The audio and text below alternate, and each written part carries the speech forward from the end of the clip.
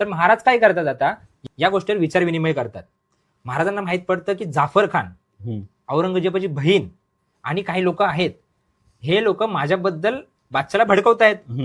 आता महाराज काय करतात, महाराज दुसऱ्या दिवशी जाफर खानकडे जातात.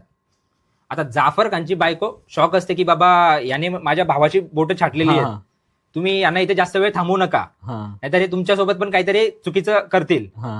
महाराज मग काय करतात, तेव्हा महाराजांचा जास्त जाफर खान सोबत संवाद होत नाही. महाराज त्यांचे एक पत्र देतात जाफर खानला आणि काही मौल्यवान वस्तू आणलेल्या असतात, मौल्यवान गिफ्ट्स आणलेले असतात, ते जाफर खानला देतात. अच्छा. आणि ते जाफर खान मग पत्र वगैरे घेतो आणि महाराज तिथून निघून जातात. महाराज पुढे जातात, तिथला डाक प्रमुख जो पत्र व्यवहार सांभाळणार असतो औरंगजेबाचे, त्याला जाऊन भेटतात, त्याला गिफ्ट देतात. अच्छा. हा, महाराज जाऊन आमीन खानला भेटतात. आमीन खान कोण? हा आमीन खान मीर जुमलाचा मुलगा असतो. आणि हा मीर जुमला कोण असतो? महाराजांचे वडील शहाजीराजे.